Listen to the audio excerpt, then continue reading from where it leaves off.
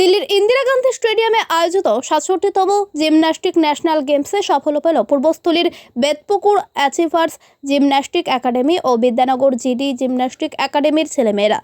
৯জন ছাত্রছাত্রী এই খেলায় অংশগ্রহণ করার জন্য সেখানে উপস্থিত হয়, যার মধ্যে 4টি গোল্ড ও 2টি সিলভার পদক জয়লাভ করে এখানকার ছাত্রছাত্রীরা।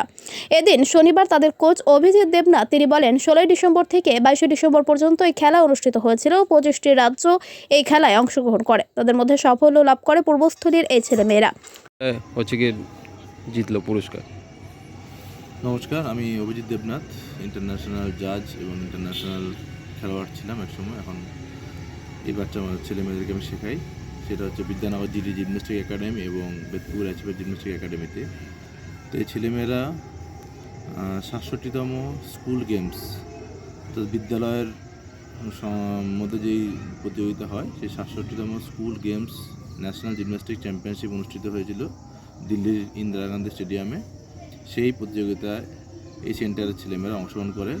এখানে 9জন ছেলেমেয়েরা আমাদের এই সেন্টার থেকে ওই প্রতিযোগিতায় অংশগ্রহণ করে এবং সেখানে 4টে ছেলে অর্থাৎ মেন্স গ্রুপ ইভেন্টে স্বর্ণপদক এবং ওমেন্স পেয়ার ইভেন্টে রূপপদক পায় অর্থাৎ সিলভার। আর ওমেন্স গ্রুপে আমাদের দ্বিতীয় স্থান অধিকার করা ছিল, কিন্তু কোনো বিষয় সেটার জন্য সেটা আমাদেরকে দেওয়া হয়নি। তো যাই হোক, এরকম ভালো এবং খারাপ কিছু অভিজ্ঞতা নিয়ে এই বছর আমাদের ন্যাশনাল চ্যাম্পিয়নশিপ সমাপ্ত করলাম। আমার বিগত এত বছরের স্পোর্টস ক্যারিয়ারে আমি এরকম ভালো খারাপ সব রকম মিশিয়ে একটা অভিজ্ঞতা সঞ্চয় হলো আমার। এটা আমার কাছে একটা শিক্ষণীয় বিষয় হলো। তো যাই হোক, আমাদের এই বিদ্যানগর সেন্টারের ছেলেমেয়েরা এই ৬৭তম স্কুল গেমস ন্যাশনাল জিমন্যাস্টিক কম্পিটিশনে অংশগ্রহণ করে 4টি স্বর্ণপদক এবং 2টি রূপোর পদক অর্জন করে নিয়ে আসে। এবং এই সেন্টার চলার জন্য বিদ্যানগর স্কুলের প্রধান শিক্ষক এবং বিদ্যানগর স্কুলের সমস্ত শিক্ষিকরা যেভাবে সহযোগিতার হাত বাড়িয়ে দিয়েছেন এবং এনারা সবসময় আমাদের সঙ্গে থাকেন এবং আমাদের মাননীয় মন্ত্রী স্বপন দেবনাথ মহাশয় আমাদেরকে সবসময় উৎসাহ দেন এবং সহযোগিতার হাত বাড়িয়ে দেন।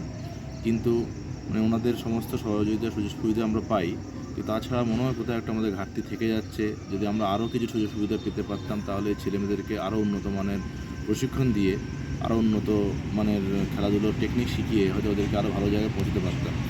যাই হোক, আমরা এই অবস্থায় চেষ্টা করছি এবং আশা রাখবো হয়তো ওনাদের তরফ থেকে আমরা আগামী দিনে আরও সুযোগ সুবিধা এইভাবে পেয়ে যাব এবং আরও ভালো কিছু আশা রাখি, যেন আমরা ছেলেমেয়েদেরকে আরও ভালোভাবে শেখাতে পারি। কত তারিখ থেকে কত তারিখ হয়? এই খেলাটি অনুষ্ঠিত হয়েছিল গত 16 থেকে 22 তারিখ পর্যন্ত।